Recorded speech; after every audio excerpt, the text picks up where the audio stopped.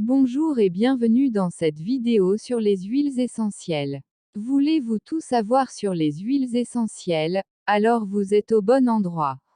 Je vous conseille de regarder la vidéo jusqu'à la fin pour mieux connaître les vertus des huiles essentielles. Abonnez-vous et cliquez sur la cloche pour ne rien manquer de nos prochaines vidéos. Qu'est-ce qu'une huile essentielle? Une huile essentielle est la fraction odorante volatile extraite des végétaux. C'est le parfum concrétisé de la plante, un véritable concentré.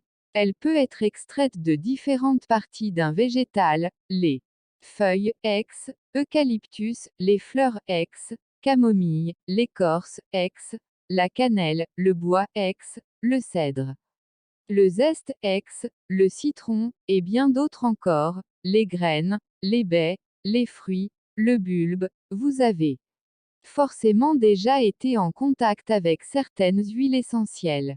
Par exemple, lorsque vous épluchez une orange ou une clémentine, ce qui sent fort et pique les yeux, c'est de l'huile essentielle. À quoi ressemble-t-elle? Les huiles essentielles sont liquides. Elles sont huileuses mais, contrairement aux huiles végétales, elles ne sont pas grasses puisqu'elles s'évaporent. Si vous laissez un flacon ouvert, vous la prendrez vite à vos dépens. Chaque huile essentielle est unique, possède son odeur et ses caractéristiques spécifiques. Certaines sont particulièrement épaisses, visqueuses comme celle de myrrhe, d'autres très foncées.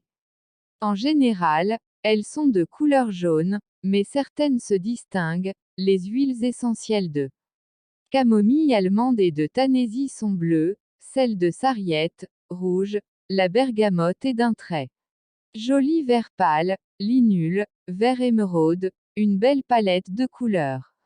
Les huiles essentielles sont plus légères que l'eau et non miscibles, elles ne se mélangent pas à l'eau, ce qui permet de les séparer dans l'essentiel de manière totalement naturelle. En revanche, elles se mélangent à l'alcool, à n'importe quel corps gras et à certains solvants.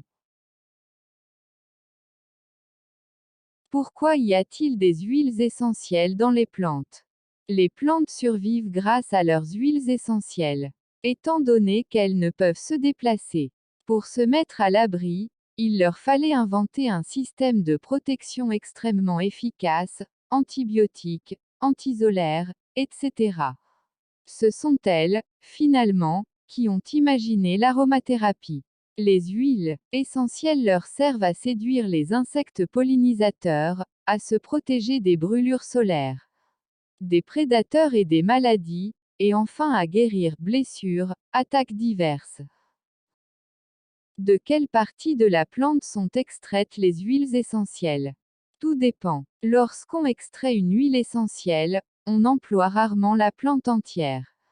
Seule une partie, ou deux, fournit l'huile recherchée. Par exemple, l'huile essentielle d'écorce de cannelle peut provenir de l'écorce ou de la feuille et les huiles essentielles obtenues alors n'auront pas les mêmes propriétés. En fonction de l'organe producteur employé, le nom de l'huile essentielle diffère. Exemple, l'oranger amer, Citrus aurantium ssp amara. Sa feuille donne de l'huile essentielle de petits grains. Bigarade, ou bigaradier, sa fleur de l'huile essentielle de néroli, son zeste de l'essence d'orange. Amer. Vous comprenez mieux pourquoi lorsque dans certains livres vous lisez « prendre de l'huile essentielle d'orange », vous ne pouvez vraiment pas exploiter le conseil. Quelles sont les propriétés majeures des huiles essentielles? Elles sont extrêmement anti-infectieuses, antiseptiques et antivirales. Ce sont les seules alternatives aux antibiotiques, et elles ont largement fait la preuve de leur efficacité dans ce domaine. Mais, leurs aptitudes couvrent des domaines bien plus larges. Elles sont antidouleurs, cicatrisantes, anti-hémorragiques, digestives, elles régulent l'immunité, les hormones, elles déstockent les graisses, infiltrent ou renforcent les vaisseaux sanguins. À chaque huile essentielle son rôle et, pour la plupart, ses multiples activités. Quelles sont les techniques d'extraction? Les huiles essentielles sont dans la plante. Il suffit d'aller les chercher. Les techniques d'extraction sont faciles à expliquer donc à comprendre, mais plus complexes à réaliser. Il existe plusieurs façons de les extraire, mais en général 3 grands procédés sont utilisés, la distillation, l'expression et l'extraction par solvant. La distillation est de loin le procédé le plus répandu, car il convient à la majorité des plantes. Comme les huiles essentielles sont insolubles dans l'eau, ce sont des huiles. Mais solubles dans la vapeur, lorsqu'on envoie de la vapeur d'eau sur la plante, elle se charge au passage des huiles. Dans un appareil spécial, la vapeur d'eau ainsi lestée de ces essences est envoyée dans un compartiment pour y refroidir. Là, la vapeur redevient donc liquide et les huiles s'en désolidarisent, elles flottent à la surface. On les récupère alors par décantation. Le temps de distillation dépend de la plante concernée, 1 heure pour le lavandin, 1h30 pour la badiane et la lavande officinale, 2 heures pour la mélisse, 4 heures pour le clou de girofle, et le temps complet de distillation doit être respecté pour l'obtention de l'huile essentielle de bonne qualité qui dévoilera toute son activité.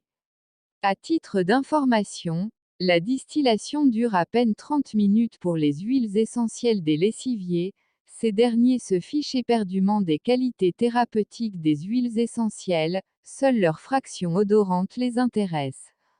L'expression consiste, comme son nom l'indique, à presser la partie de la plante concernée pour en récupérer les essences. C'est exactement ce que vous faites lorsque vous pressez entre vos doigts une épluchure de clémentine ou d'orange, l'huile essentielle pique les yeux. Les huiles essentielles obtenues par pression, ou expression, d'écorce d'agrumes sont plutôt appelées essence de citron, d'orange, de mandarine. L'extraction par solvant consiste à dissoudre les essences dans un solvant volatile, et non dans l'eau. Le résultat s'appelle l'absolu, presque similaire à l'huile essentielle. On l'utilise en parfumerie, pas en thérapeutique. Sont-elles vraiment des antibiotiques naturels? Oui, certaines huiles essentielles sont extraordinairement antibiotiques, même si l'on devrait plutôt dire antiseptiques, dans le sens où, contrairement aux antibiotiques contre la vie, elles ne détruisent pas au passage notre flore bénéfique. En tout cas, c'est pour leurs propriétés antibiotiques qu'elles ont été utilisées en tout premier lieu. C'est exactement pour cela que les plats traditionnels des pays chauds sont très épicés. Les huiles essentielles des épices permettent de freiner le développement microbien de l'aliment.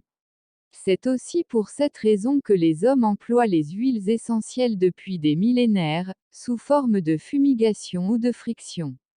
Pourtant, ce n'est qu'en 1887 que Chamberlain a pu évaluer scientifiquement les vertus antibiotiques des huiles essentielles d'origan, de girofle et de cannelle sur le Bacillus anthracis, le bacille du charbon. Le résultat a dépassé ses espérances.